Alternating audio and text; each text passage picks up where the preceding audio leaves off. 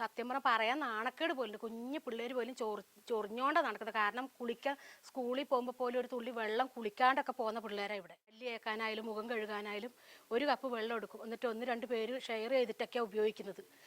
നമസ്കാരം, ശ്രീനി ആലക്കോടാണ്. തൊണ്ട വരളുകയാണ്. ഈ കാഴ്ച കാണുന്ന നിങ്ങൾക്കും തൊണ്ട വരളും. വെള്ളം കിട്ടാതെ ഒരു 5 നിമിഷം നിങ്ങൾ നിന്നു നോക്കൂ. നിങ്ങൾക്ക് പിടിച്ചു നിൽക്കാൻ കഴിയില്ല. എന്നാൽ ദിവസങ്ങളോളം വെള്ളം കിട്ടാതെ പിടിച്ചു നിൽക്കുന്ന പാവപ്പെട്ടവരെ കുറിച്ച് പറയാനാണ് ഇപ്പോൾ വരുന്നത്. എരമംകുറ്റൂർ പഞ്ചായത്തിലെ 4-ാം വാർഡിൽപ്പെട്ട കണ്ണാടിപ്പൊയിൽ എന്ന് പറയുന്ന ഈ പ്രദേശത്ത് 30ഓളം കുടുംബങ്ങൾ കുടിവെള്ളത്തിന് വിഷമം അനുഭവിക്കാൻ തുടങ്ങിയിട്ട് ഏതാണ്ട് വർഷങ്ങളായി. ഇപ്പം ഈ കാണുന്ന കന്നാസുകളൊക്കെ ഇല്ലേ, ഇതിലിപ്പം കുറേ ദൂരം പോയിട്ടാണ് പിന്നെ മോനൊരു സ്കൂട്ടി ഉണ്ട്, അതിന് മുമ്പിൽ ഓരോരോ കന്നാസ് വീതം വെള്ളം നിറച്ചിട്ട് കൊണ്ടുവരുന്നത്. പിന്നെ ഇപ്പം പഞ്ചായത്തിൻ്റെയും മറ്റേ ജപ്പാൻ്റെയൊക്കെ കുടിവെള്ളം എന്ന് പറഞ്ഞിട്ട് ഇവിടെ പൈപ്പ് കൊണ്ടുവന്ന് വെച്ചിട്ട് കുറേ വർഷമായി. ഒരു തുള്ളി വെള്ളം നമുക്ക് ആർക്കും ഇല്ല. എന്താണ് ഞാൻ പറയേണ്ടത്? നിങ്ങൾ തന്നെ പറ. ഇത് സംസ്ഥാനം കേരളമല്ലേ, ഉത്തരേന്ത്യ അല്ലല്ലോ. നമ്മൾ സാധാരണഗതിയിൽ പറയാറുണ്ട് ഉത്തരേന്ത്യയിൽ ചെന്ന് നോക്കൂ, അവിടെ നോക്കൂ, ഇവിടെ നോക്കൂ എന്ന്. എവിടെയും നോക്കണ്ട, കണ്ണൂർ ജില്ലയിലെ എരമംകുറ്റൂർ പഞ്ചായത്തിലെ കണ്ണാടിപ്പൊയിലേക്ക് വാ. ലക്ഷങ്ങൾ ചിലവഴിച്ച് ഒരു പദ്ധതി വർഷങ്ങൾക്ക് മുമ്പ് തുടങ്ങിയല്ലോ. എന്തേ ഒരു തുള്ളി കുടിവെള്ളം ഇവർക്ക് കൊടുക്കാത്തത്? ഞങ്ങൾക്ക് ഈ റോഡിൻ്റെ താഴ്വശത്തുള്ള 10-30 കുടുംബമുണ്ട്. ഈ കുടുംബത്തിലേക്ക് വെള്ളമില്ല. അപ്പോൾ ഞാനടക്കം പറഞ്ഞാൽ അന്ന് 1000 രൂപ തോതില്ല സെൻറ്റിന് ഇവിടെ സ്ഥലത്തിനെടുത്ത്. അന്ന് 68,000 രൂപ കൊടുത്തിട്ട് ഞാൻ 550 അടി കുഴക്കണ്ടടിച്ചു. താഴ്ച വെള്ളമില്ല. സാധാരണ കിണർ കുഴിച്ച് കഴിഞ്ഞാൽ പാറയും കരിങ്കല്ലും. അപ്പോൾ ഇവിടെ ഒരു കിണറെല്ലാം കുഴിക്കണമെങ്കിൽ ഒരു 2 ലക്ഷം 3 ലക്ഷം രൂപ നിലവിൽ വേണം.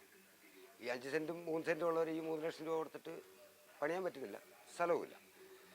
പിന്നെ ഞങ്ങളെല്ലാവരും കൂടി 30 കുടുംബക്കാർ കൂടി തീരുമാനിച്ചു ഇത്ര പൈസ ഇട്ടിട്ട് ഈ 30 വീട്ടുകാർക്ക് വേണ്ടി മാത്രം വെള്ളം എടുക്കാം. അങ്ങനെ പറ്റിയിട്ട് ആദ്യം പറഞ്ഞ് 4000 രൂപ വെച്ചിട്ട് ഒരാളെ എടുക്കണം, എന്നാൽ എല്ലാവർക്കും വീട്ടിൽ വെള്ളം എത്തും, ഞങ്ങൾക്ക് ഇവിടെ കിണർ കുഴിക്കാൻ സ്ഥലമുണ്ട്. അങ്ങനെ 4000 കൊടുത്തു. പിന്നെ അത് കഴിഞ്ഞിട്ട് അവർ പറഞ്ഞു 1000 രൂപ കൂടെ വേണമെന്ന് പറഞ്ഞു. 1000 കൂടെ കൊടുത്തു. പിന്നെ പറഞ്ഞു 2000 രൂപ കൂടെ വേണമെന്ന് പറഞ്ഞു. 2000 രൂപ കൂടെ കൊടുത്തു. അങ്ങനെ 7000 രൂപ കൊടുത്തു. 7000 രൂപ കൊടുത്ത് ഒരു വർഷം കഴിഞ്ഞ് കഴിഞ്ഞപ്പം പറഞ്ഞു ഈ കിണർ കുഴിക്കാനുള്ള പദ്ധതിക്കുള്ള പൈസ ഇല്ല, സ്ഥലം മേടിക്കണം. അപ്പോൾ സ്ഥലം കൊടുക്കാൻ ഒരാൾ തയ്യാറുണ്ട്, അവിടെ വെള്ളം കിട്ടും. അപ്പം അതിന് വേണ്ടി 5-8 ലക്ഷം രൂപയാണ് അത് പഞ്ചായത്ത് കൊടുക്കണം. അങ്ങനെ എല്ലാവരും കൂടി അപേക്ഷയെല്ലാം കൊടുത്ത് പഞ്ചായത്ത് കൊടുത്തു. 4-10 ഒരു കിണർ 6 സെൻറ്റ് സ്ഥലം മേടിച്ചിട്ട് അവിടെ കുഴിച്ചു. ഇപ്പോൾ 6 വർഷമായി കിണറും കുഴിച്ച് പൂർത്തിയായി, വെള്ളമുണ്ട്. അവിടെ വലിയ ടാങ്കും കെട്ടിയിട്ടുണ്ട്, കോടിപ്പര ജാനുമായിട്ട് ബാധിക്കുന്നത്. അതങ്ങനെ അവിടെ കുറേ വർഷം കിടന്നു. പിന്നെ ഇപ്പോൾ ഈ ജപ്പാൻ കുടിവെള്ള പദ്ധതി വരുന്നതിൻ്റെ ആ സമയമായപ്പോഴത്തേക്കും ഇവിടെ പൈപ്പ് അവർ എല്ലാ വീട്ടിലേക്കും ഇട്ട് വെച്ചു.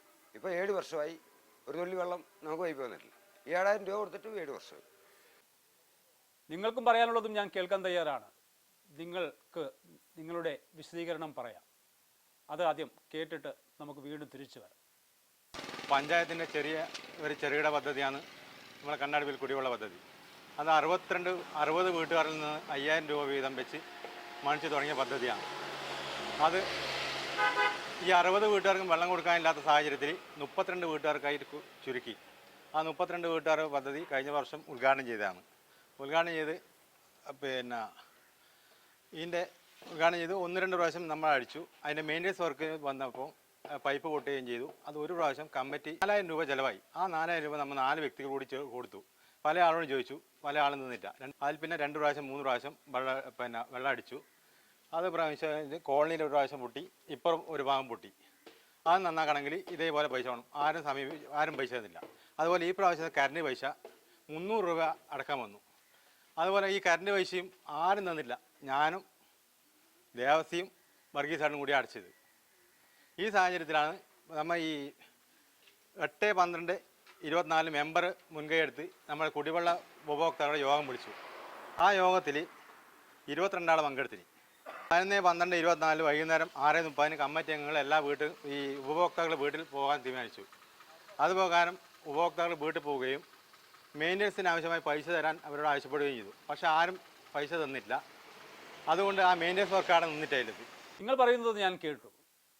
നിങ്ങൾ പറയുന്ന ഒരു കാര്യമുണ്ട്, ഈ പാവങ്ങൾ നിങ്ങൾക്ക് കറണ്ട് ചാർജ് അടക്കുവാനുള്ള പണം തരുന്നില്ല, മെയിൻ്റെനൻസിനുള്ള പണം തരുന്നില്ല.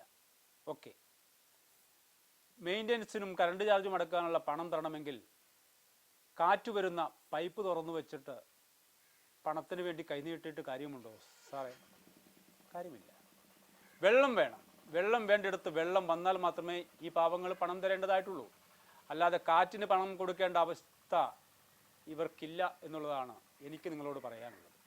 30 വർഷമായി ഞാൻ ഈ നാട്ടിൽ വന്നിട്ട്. അപ്പം പിന്നെ 25 സെൻറ്റ് സ്ഥലം കുറച്ച് നമുക്ക് തന്നതാണ്. അപ്പോൾ അവിടെ ഇങ്ങനെ നിന്നിട്ട് വെള്ളമില്ലാത്തതുകൊണ്ട് നമ്മളിങ്ങനെ സ്വന്തമായിട്ടൊരു മക്കളും ഞാനും എല്ലാം കൂടി ഒരു കുടിച്ചപ്പം പാറയായതുകൊണ്ട് അതിനകത്ത് വെള്ളമൊന്നുമില്ല. പിന്നെ പഞ്ചായത്തിൻ്റെ ഞങ്ങൾ ഇവർ എല്ലാവരും അപേക്ഷ കൊടുക്കുമ്പോൾ കൊടുത്തു, പൈസയും കൊടുത്തു. അപ്പോൾ എനിക്കാണെങ്കിൽ സുഖമില്ല. പിന്നെ 2 മക്കളിങ്ങനെ പണിക്ക് പോകുന്നതാണ്. നട്ടെല്ലിന് വേദനയായിട്ട് ബെൽറ്റിട്ടാണ് ഞാൻ നടക്കുന്നത്. വെള്ളം കോരാനോ കൊണ്ടുവരാനോ ഒന്നും ഒരു നിവൃത്തിയില്ല. ഈ പദ്ധതി വഴി ഇവിടുത്തെ പാവങ്ങൾക്ക് വെള്ളം കൊടുക്കുക. മഴക്കാലത്ത് ടാങ്ക് വഴി വെള്ളം കൊടുത്തുകൊണ്ട് കാര്യമില്ല. വേനൽക്കാലത്തുമാണ് കുടിവെള്ളത്തിന് പ്രധാനപ്പെട്ട ആവശ്യമുള്ളത്. നമ്മൾ താഴത്തെ വീടിൻ്റെ ഒരു ഹിന്ദിക്ക താമസിക്കുന്ന വീടുണ്ട്. അവിടുന്ന് ഒരു കിണറിനകത്ത് കുറച്ച് വെള്ളം മാത്രമേ ഉള്ളൂ. അപ്പോൾ അവിടെ നിന്ന് നമ്മൾ കോരി അടിക്കൽ. പപ്പ പണി കഴിഞ്ഞ് വന്നപാട് നേരെ ഒരു 5-6 ക്യാനെത്തിട്ട് പോയി വെള്ളം എടുക്കും. അങ്ങനെ വെള്ളം എടുത്ത് തിരിച്ച് വരും, വീട്ടിലേക്ക് വരും, പിന്നെയും പോവും. പിന്നെ ചേട്ടായുടെ സമയത്തിൽ ചേട്ടായാലും പപ്പനെ ഹെൽപ്പ് ചെയ്യും. സ്കൂട്ടി കൊണ്ടുപോയി അവർ വെള്ളം എടുത്തിട്ട് ആ സ്കൂട്ടിയിൽ തിരിച്ചു കൊണ്ടുപോയി വീട്ടിൽ കൊണ്ടുവരും. അങ്ങനെ തന്നെ എന്നും കൊണ്ടുപോവുക. നിങ്ങൾക്ക് ഇതിനെപ്പറ്റി വലിയ ഗ്രാഹ്യമുണ്ടാകില്ല. കാരണം നിങ്ങളുടെ വീട്ടിലൊക്കെ വെള്ളമുണ്ടാവും, നിങ്ങളുടെ പ്രദേശത്ത് പല പദ്ധതികളും ഉണ്ടാവും. അപ്പോൾ ഈ ദുരിതത്തെക്കുറിച്ച് നിങ്ങൾക്കറിയില്ല. എന്തായാലും ഞാൻ അവസാനിപ്പിക്കുകയാണ്. എല്ലാവർക്കും നന്മ വരണമെന്ന് തന്നെയാണ് എൻ്റെ ആഗ്രഹം. പക്ഷേ നമ്മൾ മാത്രം വിചാരിച്ചാൽ നന്മ വരണമെന്നില്ലല്ലോ. മറ്റൊരു വിഷയമായി വീണ്ടും കാണാം. Good bye.